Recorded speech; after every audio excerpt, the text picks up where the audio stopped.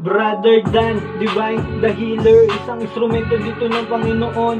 Kahit na anong sakit, huwag magatubili na lumapit. Kayang-kaya ka pagalingin.